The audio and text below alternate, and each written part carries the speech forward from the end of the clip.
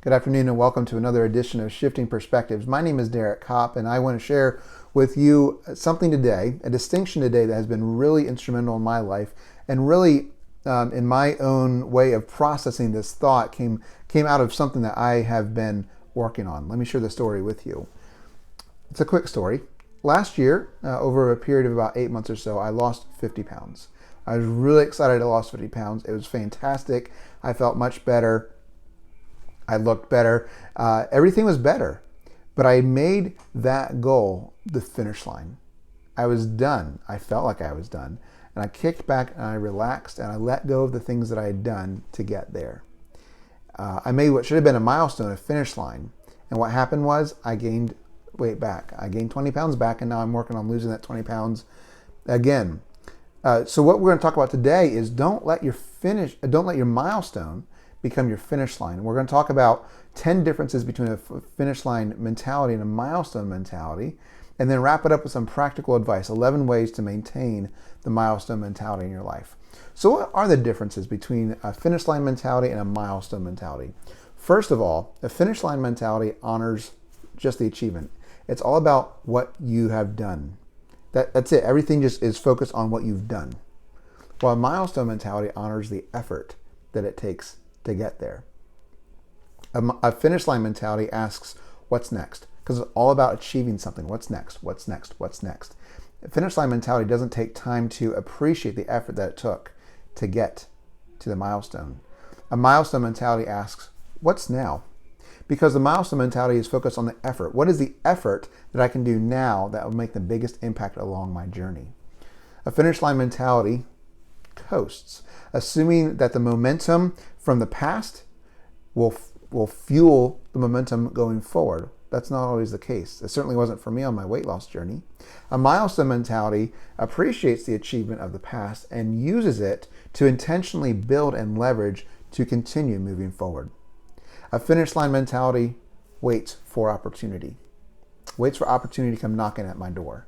While a milestone mentality looks and seeks and embraces the opportunity because it's not scared of the opportunity, because it embraces and it honors the effort that it takes to push towards an opportunity. A finish line mentality is focused on what position you get. What place did you get on the podium? How big is your trophy? It's all about achievement. But a milestone mentality is focused on the path, on the trajectory, checking in and making sure that this is the path I'm supposed to take, right? Because sometimes along the journey, the milestone will change. And if we make the milestone the finish line, then all we want to do is accomplish that finish line because we've defined success by getting across the finish line. But the milestone mentality asks, what's now? What makes the most sense now? What's most important now? And it honors the effort of doing so. A finish line mentality leans back, eager to relax. Now, there's nothing wrong with relaxing, but make sure that it's refreshing, not just relaxing and letting go of all the constraints that you were living under. A milestone mentality leans in, eager to explore what's possible. So instead of leaning back with a finish line mentality, lean in with a milestone mentality.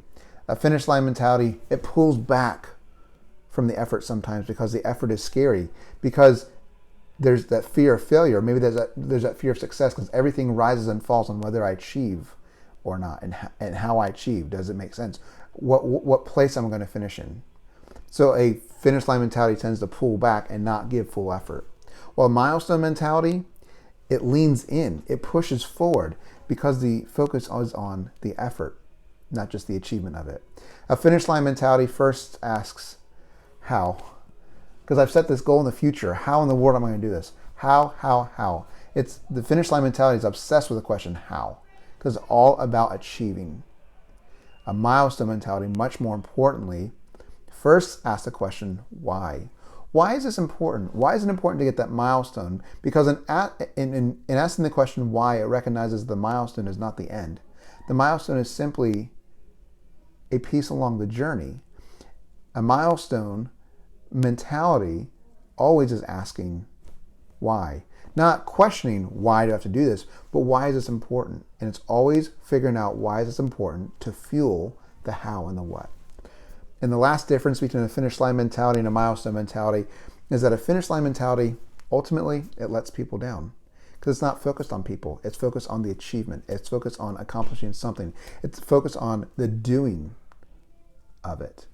A milestone mentality, it lifts people up because it's focused on the effort. In a milestone mentality, when I'm focused on the effort and putting my best forward and leaning in and not being exhausted but being energized, I show up encouraged and ready to go, recognizing that right now I can put forth my best effort right now.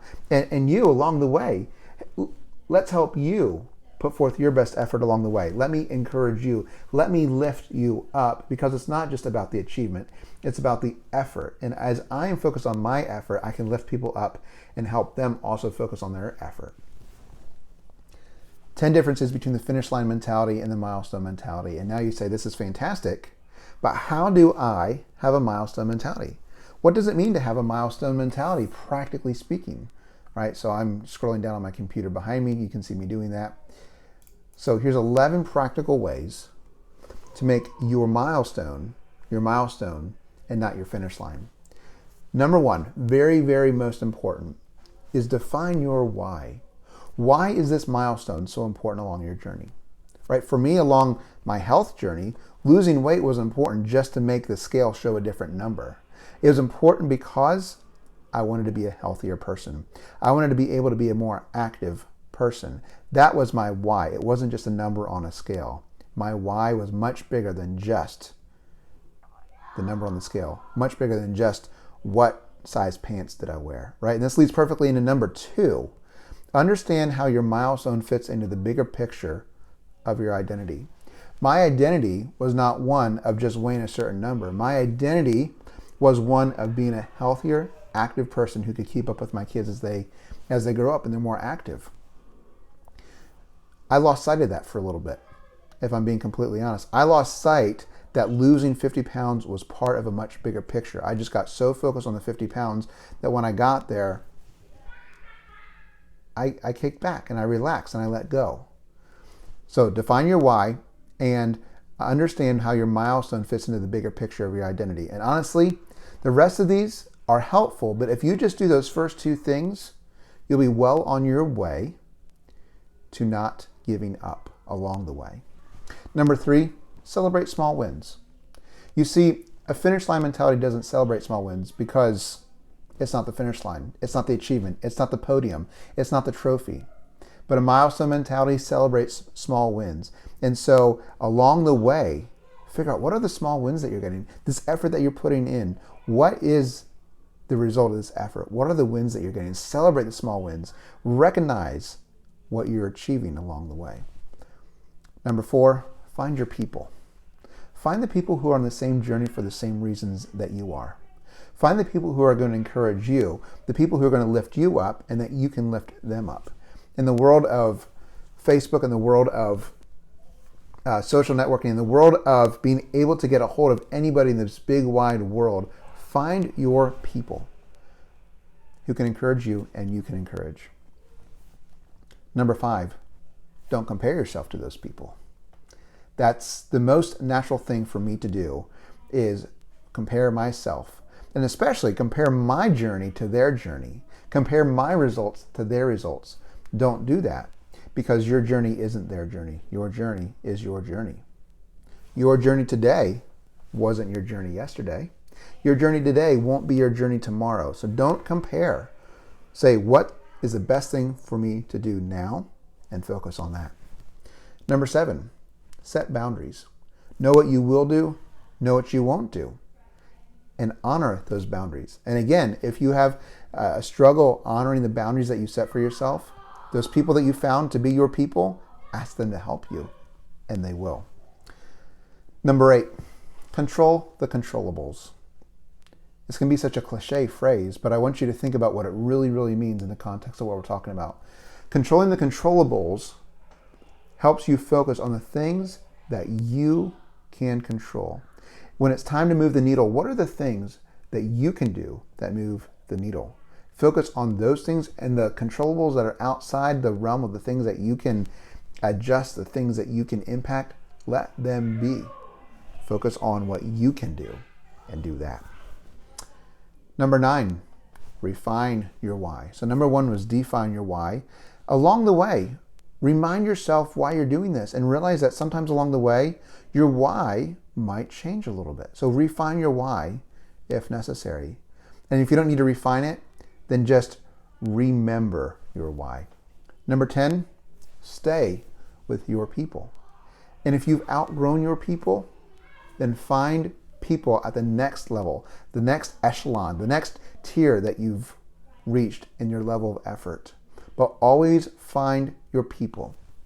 And number 11, this one is really big for me, specifically along my health journey. Don't forget the small, boring things that have been foundational to your success. Really practical example, again, using my weight loss journey. Drinking water was a massive part of me losing weight. Well, can I tell you something? As soon as I lost those 50 pounds and hit that number, you know what I did? I stopped drinking water. It was a small, boring thing that I did that was foundational to my success, and I forgot how foundational it was to my success. So don't forget those small, boring, foundational things. So we've talked about the 10 differences between a finish line mentality and a milestone mentality, and 11 practical things to help you maintain a milestone mentality. And I'm going to call out the 2 of them that I think are the absolute most important. The first one is to define your why. Why is this so important to you? Which leads into number 2 is understand how this milestone that you're picking fits into the big picture of your identity. And when you do that, you can live in such a way that your finish line, or that your milestone doesn't become your finish line, but just stays your milestone. And when you achieve it, you work on the next milestone.